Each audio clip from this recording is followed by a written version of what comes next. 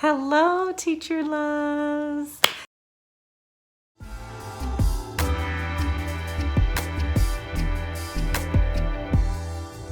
Yes, I know it has been a while. I think my last video was November don't remember what day in November, but it was in November. And yes, if you are new to my channel, my name is Shamika King. I teach second grade in Sweet Home, Alabama. And yes, give you some information about Pear Deck. Now, I know I'm a little late to the game. Some of you out there have probably already been using Pear Deck, but let me explain. I've been knowing about the Google add-on. I've known about it. Our system actually purchased the software so that we can get some of the other benefits from it, but I just have not been taking advantage of it like I should. I tried it one time during a live lesson, and it was just a nightmare trying to get the students onto a teacher pace slide where I had control of the slides, and they had to pull up the slides from their house. The internet just wouldn't let us be great, so I just didn't use it anymore. But I did try it whole group, face-to-face with my kids on teacher pace mode. All the students were on their Chromebooks. Allowed the students to be more engaged in the lesson because they had it right in front of them. I didn't have to have any boys and girls because we're so spread apart. I didn't have any boys and girls that complained about not being able to see anything, or those kind of things that you get since the students have to be 6 feet apart. So it was a true game changer for me. And like I said, it was engaging. I had control of the slides, so kids couldn't just click through the slides and not pay attention to the information that was on each slide. So I do like that aspect part of it. I've also used it for asynchronous learning, where I give the students a link and they go at a student pace through the slides. But I like it again because they're not just clicking through the slides, they're actually reading and completing the activities that you add with the slides. So what I'm going to do, I'm going to take you into my computer and I'm going to show you exactly how I do my Pear Deck, or use my Pear Deck with Google Slides. I'm sorry, I'm rambling and all over the place, but I hope all this is making sense. Okay? All right. Hey guys, I am back and I'm just taking you into my computer to show you step by step on how I do my asynchronous teaching, and also sometimes how I do my whole group teaching. So, actually how I do my whole group teaching all the time. So I'm here in my Schoology page because this is where the students start when they wake up in the morning, whether that be asynchronous or whether we're face-to-face, this is the first place they go. And I will put in a disclaimer that all of my students have devices, they have Chromebooks, so I can easily do this with my students while they're face-to-face with me. So they go to Schoology, and some of the stuff we use when we're doing live lessons or asynchronous, but this is where they go. So I have all of my weeks here, and they know that the very top folder is where they start, or where the week that we're on. And so they will click here, and they will open up, it says Wednesday, February 17th. So we're going to go Friday, because we only had 2 days this week. I just forgot to mention earlier that this week has been pretty much a wash. Monday was President's Day and we didn't have school.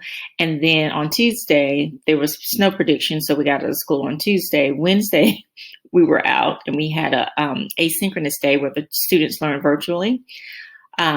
Thursday, no school because we had a ton of snow, almost 6 inches. And then today, which is Friday, the day I'm doing this video, we had another asynchronous day. So basically 2 virtual days are the only school days we had. So the students will click on Friday. And then after they click on Friday, they will go to Friday's slides. But once they click on the slides, it will take them here, which takes them straight to our Pear Deck. Okay, so they only have one slide that they have to maneuver through once they go through Schoology. So they'll just click here, and I just embed the website here. Again, I apologize for my internet. Okay, so they'll have to pick how they feel: happy, okay, sad. Once they pick how they're feeling for today, it will take them straight to the slides that I have already made through Google Slides. And if you watched my stories yesterday on Instagram, I basically went through how I add the slides to Pear Deck. So if you did not see that, then you can go over to my Instagram page. I will save it in the highlight, and you can watch how I actually put the Pear Decks on my already made Google Slides. Okay. So this is a student view. I'm actually going to take you to a teacher view. Okay. So I'm going to take you to a teacher view. This is what it looks like from a teacher view. So on slide 1, the question was, did you build a snowman? That was just their little question for before they got started with their slides for today.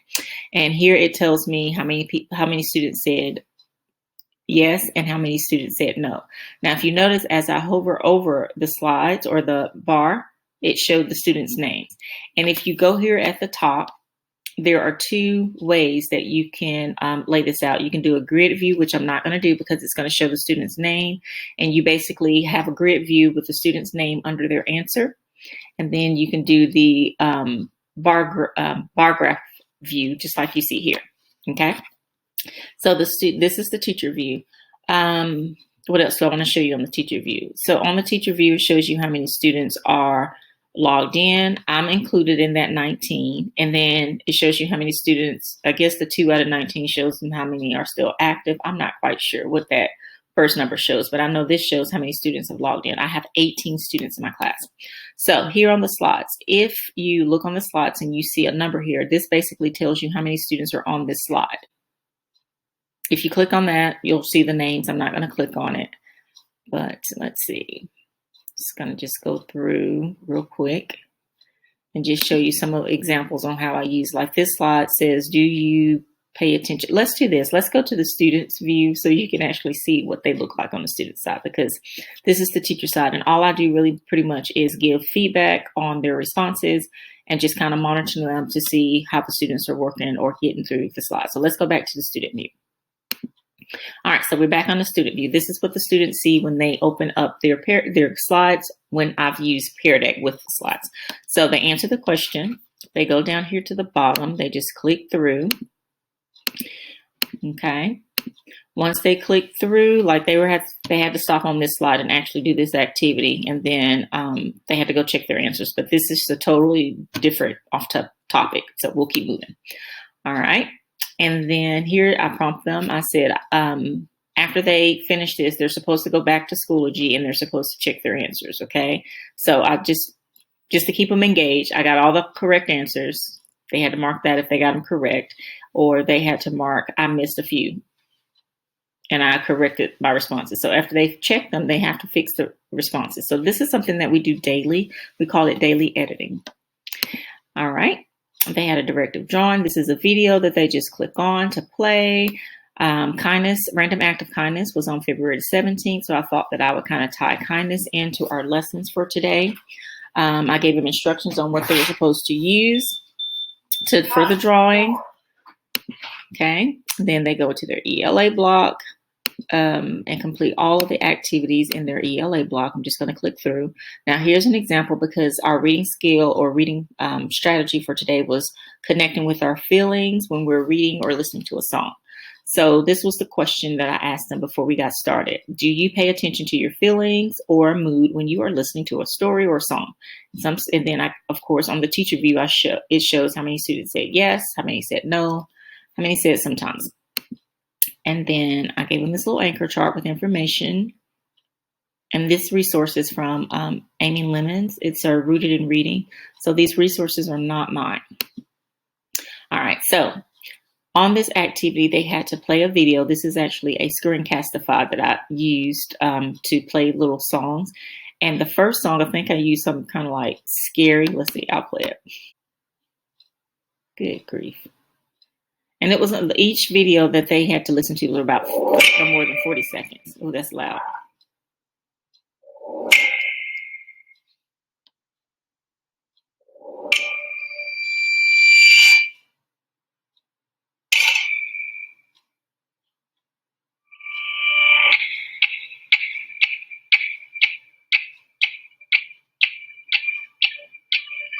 Go back to the presentation and they had to basically mark how they felt. Now, I've already answered this as a student. I said I felt scared because that was a sound that I was looking for that caused a feeling of scared or worried or something like that. Okay. And then they had to do that on the next slide. But this song, this time I chose a song by Justin Timberlake. It's I Got the Feeling. So this song was supposed to show a mood of happy or excited. And then the last song was a song by Doing a Good Job, Alicia Keys song. So I was looking for them to say sad or worried or something like that. So they had to listen to the sounds and pick on how they pick the feeling or mood the song put them in. All right, so and then we read the book, Each Kindness. This was again a YouTube video, so they had to play the video, listen to the story, and then I just gave them a few questions to ask. How did you feel when listening to the story? What parts of the story made you feel that way? So they had to put in their answers. Okay, it made me feel sad. So they had to write their response here. And of course, please make sure you start your sentences with an uppercase letter. That example here. All right, made them feel sad. Next question. When Maya sat by Chloe, how did Chloe react? She actually looked away and moved all her things. She didn't want to sit by her. So they had to answer these questions after listening to the story. And then we went into our other slides. Now, the slides that you have, I'm going to go back to this one. I think the rest of the slides, there are no Pear Decks added to it. So I do try to put at least 2 things on Seesaw. So they actually had to go to Seesaw to do their grammar activity. And they also had to go to Seesaw to do their math skill. So all they had to do is just click on the link because the links do save even if you put these in a Pear Deck. And that's pretty much it. These are activities or resources that we use through Clever, iReady Math, if you're familiar with that, and iReady Reading and Extra Math. This resource was given to me by first grade teacher. Actually, she shared it with the whole school. And it's been a lifesaver this year with this virtual thing. But it has manipulative. This has been a lifesaver. Just wanted to throw that out there. And once they finish the slides, it just says our day is complete.